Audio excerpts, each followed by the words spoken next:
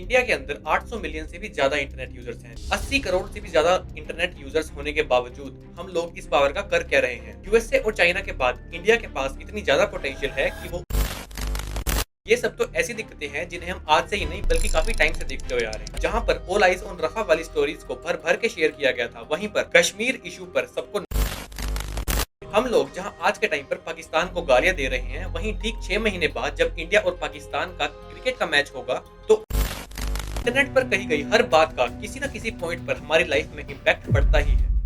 भारत आज के टाइम पर दुनिया में सबसे बड़ी और पावरफुल सोशल मीडिया डेमोक्रेसी है। इंडिया के अंदर 800 मिलियन से भी ज्यादा इंटरनेट यूजर्स हैं, जो कि हम अगर यूएसए और यूके को मिला भी दें तो उससे भी बहुत ज्यादा बनते हैं। लेकिन आयरनी ये है कि जितने ज्यादा पावरफुल और बड़े हम लोग सोशल मीडिया पर हैं, उतने ही ज्यादा और इजीली हम लोग मैनिपुलेटेड भी हैं। लेकिन क्यों और हम लोग यहाँ तक पहुंचे कैसे? 80 करोड़ से भी ज्यादा इंटरनेट यूजर्स होने के बावजूद हम लोग इस पावर का कर क्या रहे हैं। आज के टाइम पर India is the fastest growing economy in the world. Make in India, business boom, foreign trade, space technology, startup culture, defence system और भी पता नहीं कितनी सारी चीजें ऐसी हैं जहां पे आज के टाइम पर इंडिया डोमिनेट कर रहा है। और इन्हीं सब की वजह से आज भारत की ग्लोबल लेवल पर एक स्ट्रॉन्ग प्रेजेंस है। यूएसए और चाइना के बाद इंडिया के पास इतनी ज्यादा पोटेंशियल है कि वो अगला सुपर पावर बन सकता है। लेकिन वहीं अगर हम दूसरी तरफ से एक बड़ी पिक्चर से देखें तो बहुत कुछ ऐसा है जो अंदर ही अंदर चल रहा है। ग्राउंड लेवल पर देखें तो आज भी हजारों लाखों ऐसे प्रॉब्लम्स हैं जो हमें फेस करने पड़ते हैं। Pollution, broken system, unsafe cities, ये सब तो ऐसी दिक्कतें हैं जिन्हें हम आज से ही नहीं बल्कि काफी टाइम से देखते हुए आ रहे हैं।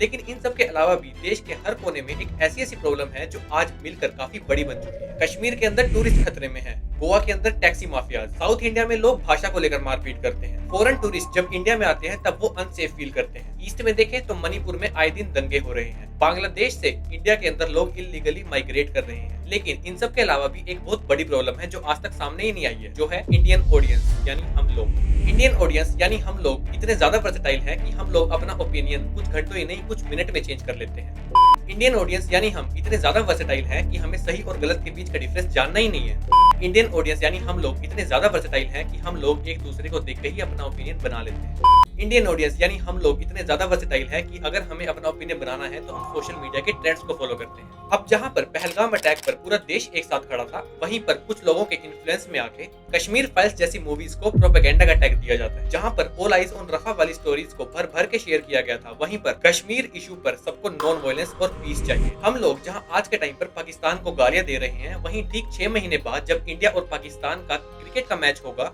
तो उसे देखने हम लोग ऐसे जाएंगे कि पूरे के पूरे स्टेडियम्स ही भर जाएंगे। हम लोगों के पॉइंट ऑफ व्यूज और ओपिनियंस इधर से उधर इतनी स्पीड से बदलते हैं जैसे बिग बॉस कंटेस्टेंट्स के फैन क्लब्स बनते और टूटते हैं। पिछले साल जहां हार्दिक पांड्या को लोग भर भर के गालियां दे रहे थे और बुरा भला बोल रहे थे, वही सेम लोग इस साल उसकी सपोर्ट में खड़े हैं। अब ऐसा बिल्कुल भी नहीं है कि पिछले साल हार्दिक पांड्या ने कुछ बहुत ही गलत कर दिया था। ये बस सोशल मीडिया यानी हम लोग एज अ इंडियन ऑडियंस की एक हेट वेव थी। किसी को कुछ नहीं पता था कि उसे इतना ज्यादा बैकलैश क्यों मिल रहा है। बस सोशल मीडिया पर एक ट्रेंड चला और सबने उसके अंदर अपने हाथ खोल लिए। लास्ट वर्ल्ड कप के टाइम पर भी अर्शदीप सिंह के साथ कुछ ऐसा ही हुआ। उसके हाथों से सिर्फ एक कैच छूटी और पूरी की पूरी सोशल मीडिया ऑडियंस उसके पीछे हाथ धोकर पड़ गई। क्यों आज के टाइम पर हम लोग एक छोटी सी चीज के ऊपर सोशल मीडिया ट्रेंड्स को फॉलो करने लग गए। अब बात चाहे इंडियाज गोट लेटेंट कंट्रोवर्सी में उन लोगों को बिगेस्ट क्रिमिनल्स घोषित करने की हो या फिर आईआईटी वाले बाबा की हो, हम लोग यानी इंडियन ऑडियंस पहले तो जमकर एक चीज के ऊपर बहुत ज्यादा सपोर्ट दिखाते हैं। उन लोगों के इंटरव्यूज लिए जाते हैं, सोशल मीडिया पर उन लोगों को एक बहुत बड़ा फेस बना दिया जाता है और फिर कुछ टाइम बाद हम लोग ही उनके पीछे ऐसे पड़ जाएंगे जैसे वो पता नहीं कितने टाइम से हमारे दुश्मन। अब बात चाहे एक चाय वाले को बड़ा इंसान या अमीर बनाने की हो या एक बनी बनाई पर्सनैलिटी को खत्म करने की हो, हम लोग जरा भी टाइम नहीं लगाते अपना ओपिनियन चेंज करने में। अब हमारा देश चाहे कितनी ही तरक्की कर ले, कितना ही ज्यादा एडवांस हो जाए, लेकिन ये वाली प्रॉब्लम भी बाकी सारी प्रॉब्लम्स की तरह बहुत ज्यादा मैटर करती है। अब हम लोगों पर यानी इंडियंस पर एक बेसिक सिविक सेंस ना होने का प्रॉपर टैग लगा हुआ है और ये टैग हम लोगों पर क्यों लगा है ये भी हमें अच्छे से पता है। अब जब तक एक मूवी को मूवी की तरह, कॉमेडी को कॉमेडी की तरह और इन्फॉर्मेशन को इन्फॉर्मेशन की तरह नहीं लोगे, तब तक कितना ही बॉलीवुड को बॉयकॉट कर लो, कितना ही कॉमेडी को बॉयकॉट कर लो और कितना ही लोगों को बॉयकॉट कर लो, कोई फायदा नहीं। India is a growing country and a developing country और वहीं दूसरी तरफ America is a fully developed country. तो इसी हिसाब से इंडिया और यूएस को किसी भी चीज में कंपेयर करना रियलिस्टिक है ही नहीं। लेकिन फिर भी हर चीज में हम लोग सिर्फ एक ही बात बोलते हैं, अमेरिका क्या कहता था, क्या हो तुम? आज हम कहते तू क्या है बे? हम लोग एज अ कंट्री बहुत तेजी से ग्रो कर रहे हैं, but as the people of India बिल्कुल भी नहीं। सोशल मीडिया के ट्रेंड्स एक हद तक अच्छे लगते हैं, पर उन ट्रेंड्स के हिसाब से अपनी असली जिंदगी में भी वैसे ही बिहेव करना सही नहीं है। किसी भी डिसीजन के ऊपर डायरेक्टली जंप करने से पहले अगर दोनों साइड की स्टोरीज जान ली जाएं, सिर्फ और सिर्फ तभी हमारा किसी एक पर्टिकुलर चीज के ऊपर हमारा एक अनबायस्ड ओपिनियन बन पाएगा। इंटरनेट पर कही गई हर बात का किसी न किसी पॉइंट पर हमारी लाइफ में इम्पैक्ट पड़ता ही है। अब बात यह है कि वो इम्पैक्ट हमारी लाइफ में पॉजिटिव पड़ेगा या नेगेटिव पड़ेगा, ये भी हमारे ही हाथों में है। एंड एट लास्ट, इंडिया एक फेल्ड नेशन बिल्कुल भी नहीं है अगर हम कंपैरिजन करना बंद कर दे तो।